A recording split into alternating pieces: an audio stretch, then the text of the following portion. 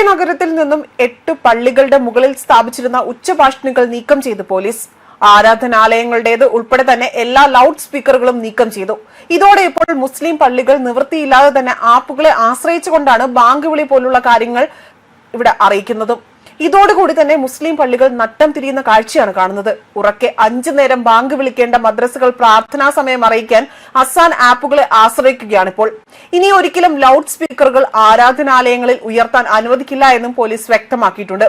ഉച്ചഭാഷണങ്ങൾ നിയമവിരുദ്ധമാണ് എന്നും ശബ്ദ മലിനീകരണ നിയന്ത്രണങ്ങളും കാണിച്ചുകൊണ്ടാണ് നീക്കം ചെയ്തതെന്നാണ് വിവരം.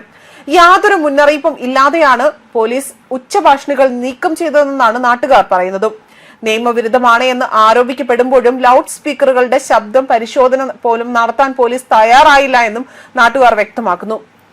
ബോംബെ ഹൈക്കോടതി നിശ്ചയിച്ചത് പ്രകാരം 45 മുതൽ 56 ഡെലിബറിനെ ആ ഒരു പരിധിയിൽ തന്നെ ഉച്ചഭാഷിണികൾ പ്രവർത്തിച്ചിരുന്നതായും യാതൊരു മുന്നറിയിപ്പും കൂടാതെയുള്ള നടപടി അന്യായമാണ് എന്നും നാട്ടുകാർ ആരോപിക്കുന്നുണ്ട്.